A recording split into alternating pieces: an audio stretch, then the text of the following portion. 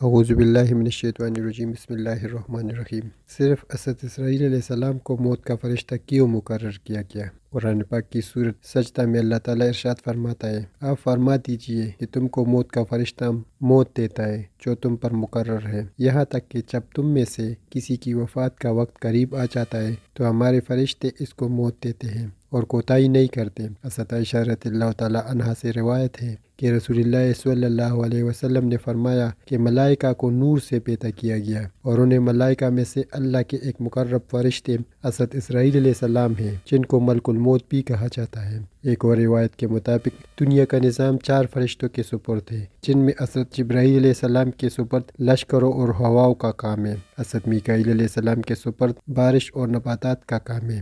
اسی طرح اسد اسرائیل علیہ السلام روح کو قبض کرنے پر مامور ہے اور اسد اسرافیل علیہ السلام ان سب کو اللہ کی چوکٹ تک پہنچاتا ہے۔ حضرت ابو ہریرہ رضی اللہ تعالیٰ عنہ سے روایت ہے کہ جب اللہ تعالیٰ نے حضرت آدم کو پیدا کرنے کا ارادہ فرمایا تو اسد جبرائیل علیہ السلام کو زمین سے کچھ مٹی لانے کا کہا گیا۔ جب اسد جبرائیل علیہ السلام مٹی لینے گئے تو زمین نے اسد جبرائیل علیہ السلام سے کہا، میں تجھے اس ذات کی قسم دیتا ہوں جس نے تجھے میرے پاس بھیجا، تم یہ مٹی نہیں لے کر جاؤ، اس مٹی سے جو انسان بنے گا وہ فساد پلائے گا اور خون بہائے گا تو کل کو اسے آگ میں جلنا پڑے گا۔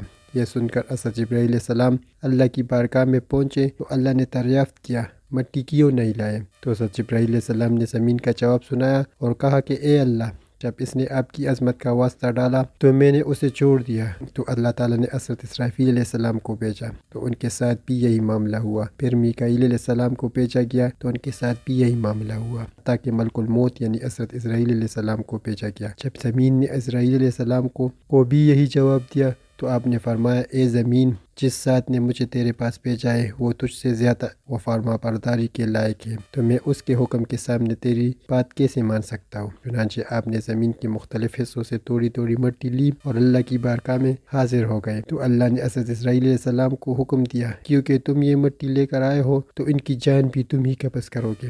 حضرت اسرائیل علیہ السلام نے عرض کی کہ اگر میں انسانوں کی جانیں قبض کروں گا تو لوگ مجھ سے نفرت کرنے لگیں گے اور مجھے برا بھلا کہیں گے، تو اللہ نے حضرت اسرائیل علیہ السلام سے وعدہ کیا کہ کوئی تمہارا نام نہیں لے گا اور نہ ہی تمہیں کوئی برا بھلا کہے گا۔ آج آپ دیکھ لیں، جب بھی کسی کو موت آتی ہے تو کبھی کسی نے یہ نہیں کہا کہ جناب اسرائیل علیہ السلام رات کے 2 بجے آئے اور اس کی جان لے گئے، بلکہ ہر موت پہ یہی سننے کو آتا ہے کہ فلاں کی ہارٹ اٹیک سے موت ہو گئی یا کسی کی ایکسیڈنٹ سے موت ہو گئی یا کسی اور بیماری کی وجہ سے، لیکن ملک الموت کا نام کوئی نہیں لیتا۔ بیان ہوتا ہے کہ ملک الموت دن میں 3 مرتبہ لوگوں کے چہرے دیکھتے ہیں، جس کی عمر پوری ہو جاتی ہے اور رزق دنیا سے ختم ہو جاتا ہے تو اس کی روح قبض فرماتے ہیں۔ جب وہاں موجود لوگ رونے لگتے ہیں تو ملک الموت دروازے کی پٹ پکڑ کر کھڑے ہو جاتے ہیں اور فرماتے ہیں کہ میں نے تمہارا کوئی قصور نہیں کیا، میں تو اللہ کی طرف سے مامور ہوں، نہ میں نے مرنے والوں کا رزق کھایا نہ ہی اس کی روح قبض کی، مجھے تو تمہارے پاس بار بار آنا ہے۔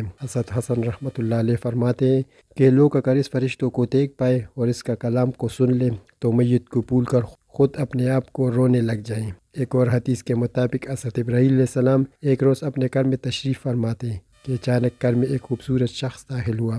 آپ نے پوچھا، اے اللہ کے بندے، تجھے اس گھر میں کس نے داخل ہونے دیا؟ اس نے کہا کہ گھر والوں نے۔ آپ علیہ السلام نے فرمایا، بے شک صاحب خانہ کو اس کا اختیار ہے، یہ تو بتاؤ تم کون ہو؟ اس نے کہا، میں ملک الموت ہوں۔ آپ علیہ السلام نے فرمایا، مجھے تمہاری چند نشانیاں بتائی گئی ہیں، اگر تم میں ان میں سے کوئی ایک نشانی بھی نظر نہیں آ رہی تو ملک الموت نے پیٹ پھیر لی تو آپ نے دیکھا کہ ان کے جسم پر آنکھیں ہی آنکھیں نظر آنے لگیں اور جسم کا ہر بال نوکدار تیر کی طرح کڑا تھا۔ ابراہیم علیہ السلام نے فوراً تاغوس پڑھا اور ان سے کہا، آپ اپنی پہلی شکل پر تشریف لے آئے جو اس کی ملاقات کو پہچانتا ہے تو ملک الموت کو اس شکل میں بھیجا جاتا ہے جس میں حاضر ہوا ہوں۔ ایک دوسری روایت میں یوں بیان ہوتا ہے کہ جب اسرائیل علیہ السلام نے پیٹھ موڑی تو ان کی وہ شکل آئی جس سے وہ برے لوگوں کی روح کو وہ قبض کرتا ہے۔ ابن مسعود اور ابن عباس رضی اللہ تعالیٰ عنہ روایت میں یوں ہے کہ حضرت ابراہیم علیہ السلام نے سوال کیا کہ اے ملک الموت، آپ مجھے وہ صورت دکھائے جس میں آپ کفار کی روح کو قبض کرتے ہیں،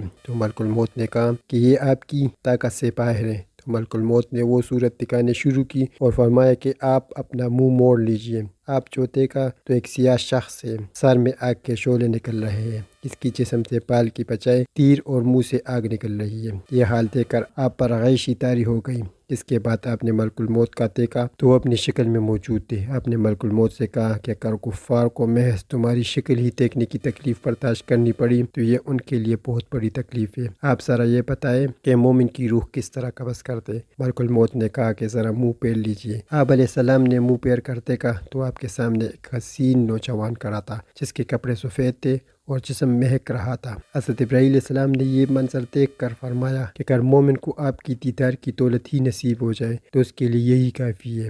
اللہ تعالی ہمیں موت کی تیاری، ملک الموت سے خوش شکل ملاقات اور آخرت میں نجات کی فکر کی توفیق عطا فرمائے، آمین۔ تو کیسا لگا آج کا ہمارا یہ واقعہ؟ امید ہے آپ لوگوں کو اچھا لگا ہوگا۔ اگر آپ ہمارے چینل پر نئے ہیں یا آپ نے ابھی تک ہمارے چینل کو سبسکرائب نہیں کیا تو ابھی سبسکرائب کر لیں اور ساتھ میں بیل آئیکن کو ضرور دبائیں تاکہ ہر آنے والے نئی ویڈیو کی نوٹیفیکیشن آپ لوگوں کو مل سکے۔ شکریہ۔